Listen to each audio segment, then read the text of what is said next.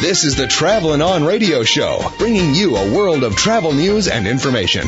Once again, let's join your hosts, Ian and Tonya Fitzpatrick. Well, as we enter the start of the peak summer travel season, we know many travelers will be taking to the air, and we know air travel isn't quite what it used to be. And here to tell us how to make our air travel experience better is Captain Karen Kahn, who's spent 30 years piloting for a major airline. Captain Kahn, welcome to Travelin' On. Thank you. Nice to be here. Thank you for being with us. Now, you've got some tips for the traveler to make their experience better, and a lot of those are about being smart. Ticket smart, pack smart, and dress smart. Could you tell us about those things? I can. Those are actually specifically oriented toward when you get to the airport and getting through security. I think your smarts for travel actually starts a little bit earlier with your planning, which of course is going to start by going electronic, getting your ticket on the Internet, checking in on the Internet, selecting your seat on the Internet if you can.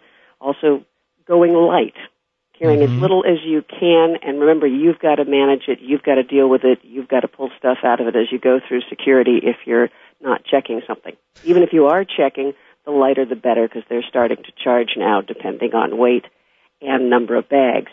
And of course, the biggie is go early. Get out to the airport early, avoid the lines. If you need to make a change or if you'd like a better seat, you've got a much better chance if you're early.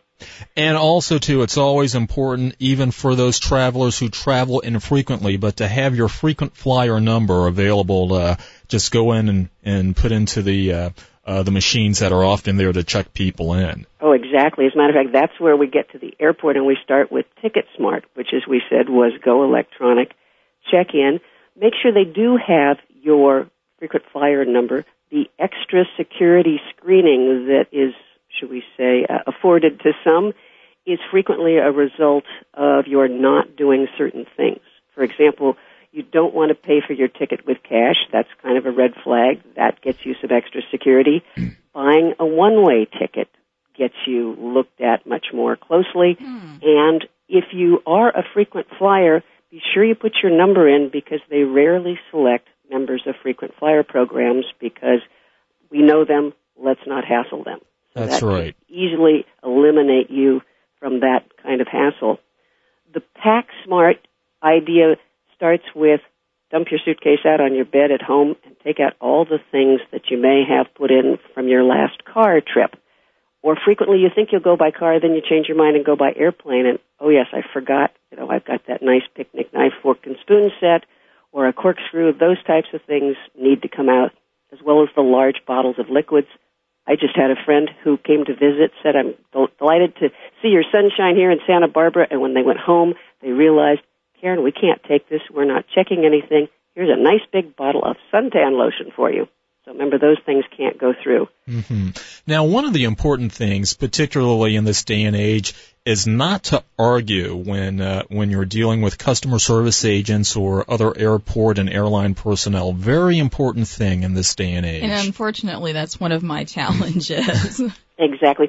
I think the don't argue probably starts with my last tip, which is dressing smart. The reason you get into the argument in the first place is you've probably got something on that they think you shouldn't be trying to wear through the metal detector, so that if you think, before you go to the airport, what am I wearing, how easily can I take off things that can possibly cause me trouble, the shoes that lace up, those are the ones you may not want to wear through security, or as you approach the line, start unlacing them, be ready to pull them off, any kind of big belt buckles, any kind of change in your pocket. All of the things that you think are innocuous can easily be the stuff that's going to give you problems. And I'll tell you from experience, I'm actually here on the Airport Commission in Santa Barbara, and we have a smaller airport that has tighter security than some of the big ones. And it's intended that way. So things that I can get through LAX, I can't get through Santa Barbara. They have to come off. In our closing moments with you, we have covered a lot of the things that we need to think about when we're packing, but comfort is very important. Comfort items, when we're going to the airport, and also in terms of the things that we pack. Could you speak to that briefly? My favorite comfort item is a very small inflatable pillow, and I have one that I like. Also, people frequently don't realize that the airplanes have adjustable headrests. I carry a water bottle. In this case, you can empty it, drink it before you go through security. Once you're on the other side, refill it. And there are some great new filters that you can buy so that once you actually fill it with slightly unknown water, you can filter it. I take things like, for example, in the U.S., kitty scissors are okay. Scissors with less than a 4-inch blade, so there are many uses for those. A hand sanitizer. Snacks are real important. The trail mix, protein bars, things that you like, because given the fact that food is mostly not available and now very often charged for, that's something that's important.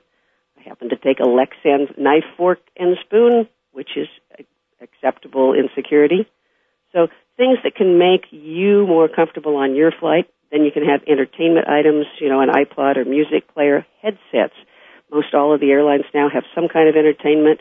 The charges for the headsets, can range from $1 to $5, so bring your own. All right, Captain. Well, those were great tips. Thank you very much, Captain Kahn. And I was really surprised to hear, the one about the frequent flyer miles. It's one we're going to adhere to. Absolutely, absolutely. And we want to thank our guests, Jen Kaliba and Bertram von Munster, and also Captain Karen Kahn here. And don't forget to visit our calendar page to see where we will be broadcasting from next. Remember, if you'd like more information about today's show or the latest in travel news and information, visit our website at www.travelin-on.com. As always, it's been a pleasure to share some travel time with you. We're Tonya and Ian Fitzpatrick, your happy travelers, and until next week, happy travels. Happy travels. You've been listening to the Travelin' On Radio Show, your premier source for travel news and information.